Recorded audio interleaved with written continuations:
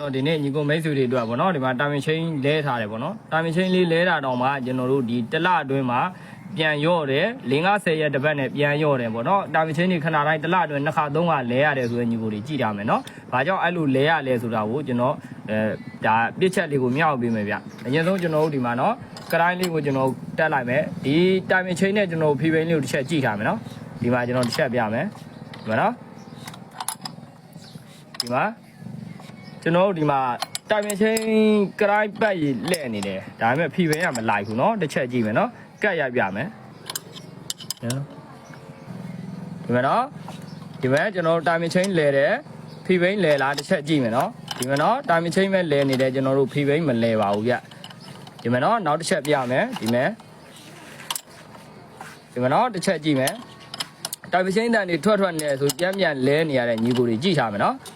ဒီမှာချိန်မဲ့သွားနေနော်ဟုတ်ပြီအဲ့ဒါဆိုရင်ကျွန်တော်တို့ဒီမှာပြောချင်တာကဒီကောင်ဘာကြောက်ကျွန်တော်တို့တိုင်မင်ချင်းတွေအတန်ထွက်ရတာလဲဆိုရင်နော်တိုင်မင်ချင်းတက်တဲ့ကအခုလိုလေးကြည့်ထားရမယ်ဆိုတာဟို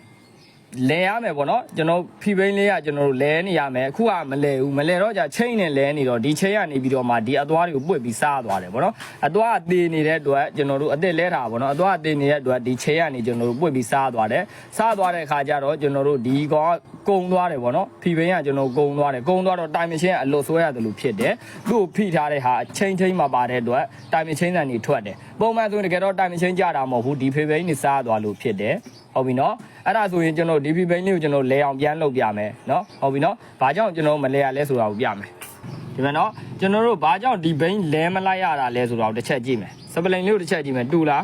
းဒီမှာနော်စပလိန်လေးရဲ့အပေါ်အောက်ကွာဝေးတစ်ချက်ကြည့်လိုက်ဒီမှာနော်မတူဘူးဗျဒီကောင်လေးကတူလေးရဲ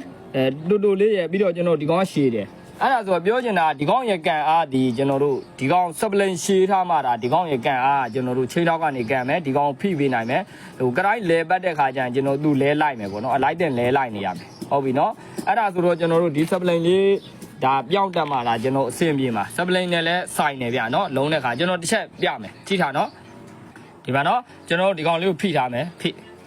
ဖိထားမယ်ကျွန်တော်လှည့်ပြမယ်နော်တစ်ချက်ကြည့်ထားမယ်ဘိန်းကိုဒီမှာ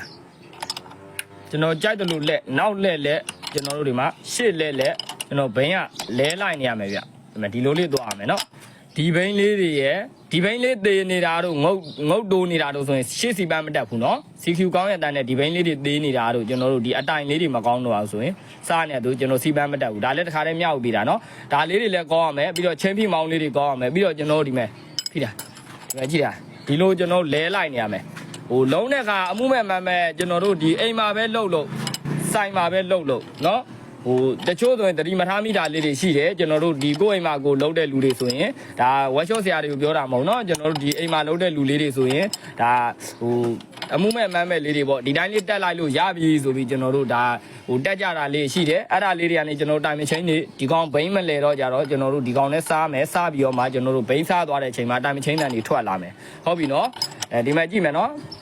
်ဒီမှာအဲ့လိုလေးလဲနေရမယ်ဗျဟုတ်ပြီအဲ့ဒါဆိုရင်ကျွန်တော်တို့ဒါအရင်ဆုံးကျွန်တော်တို့ဒီ supply လေးတက်လိုက်မယ်နော်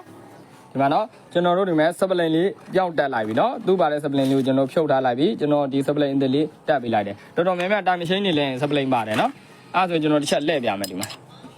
ကဲနော်ကဲရဒီမှာနော်ကျွန်တော်တစ်ချက်ဒီမှာပြမယ်ဒီမှာကြိုက်လို့လဲနေရမယ်ရှေ့လက်နောက်လက်ပေါ့လေးပဲလိုက်ရမယ်ဘင်းရဟုတ်ပြီနော်သူချိတ်လိုက်နေရမှာကျွန်တော